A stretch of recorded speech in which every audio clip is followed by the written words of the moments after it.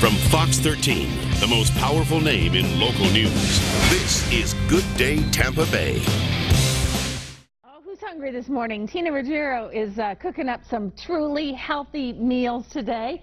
And she, of course, is a nutrition expert and now author. And you're talking about things that are truly healthy. Now, what do you mean by that? No fads, no fuss, no food exclusions, because we don't need to go gluten-free and vegan and paleo and raw and juice ourselves silly to be healthy. And this is just a basic stuff about... It's a simple cookbook with mega nutritious meals that are good for everybody, from the modern family to the new family with young ones at home. I like the way it just opens and it lays flat and there. You can wipe the pages if you spill something on them. You're making Quinoa Tabbouleh. Tabbouleh is a national dish of Lebanon, and it's made with bulgur and herbs and spices.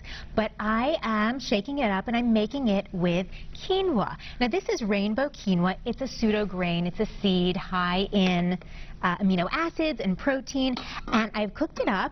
And I've cooled it. Okay. And are you ready? You're going to make this. Let's go. You are going to do this. Let's do it. And this is how easy it is. You really just just 1 or 2 cups of quinoa? This is 3/4 of a cup of quinoa. Okay.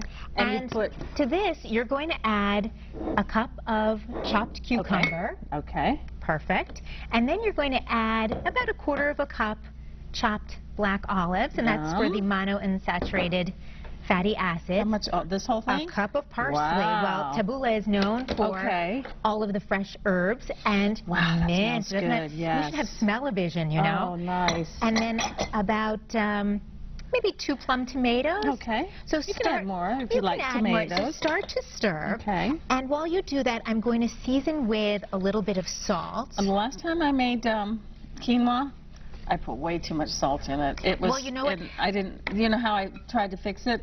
I made more quinoa with no salt. So salt and taste and salt and taste. And about 3 tablespoons of lemon juice. And my favorite, this is the zest from 1 lemon. Now, this is a beautiful dish. It goes with fish, it goes with chicken, it goes with turkey. And yes, it is family friendly. So I'm going to hold that, and you're going to give it a whirl. So this recipe is in my new book, along with 120 others that are simple and easy. We don't need to make ourselves crazy to get fit, to get in shape. Look how easy that was. And I know that I make that, so you know it's got to be easy. Okay, is this a serving size, would you say? A serving size, 120 calories, 5 grams of protein, 2 grams of fat, lots of fiber, and tons of taste. Now, you had said something earlier about why you need to wash off the cumin, the quinoa before you cook it. Yes, you need to rinse it off because it has a natural coating on it called saponin.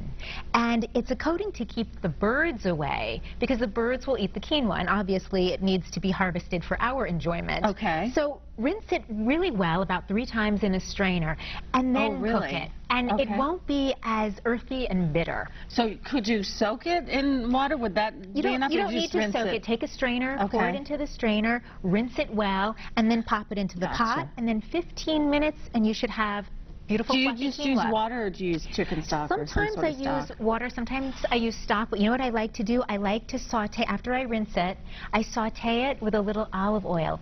And you basically, you toast the seed. Before you boil it? Yes, and it's very, very fragrant. And then you put the water in, and you cook it. Let it simmer. It's a lot like making rice, but I never thought about doing that. You can do tons of things. People just tend to cook it and use it as a side dish, but look what you can do. Beautiful. Healthy, nutritious. All by myself, You did. You're coming back at 9 o'clock. I'm going to be back. During the 9 o'clock hour, so she's going to be cooking up something else. Cook some more.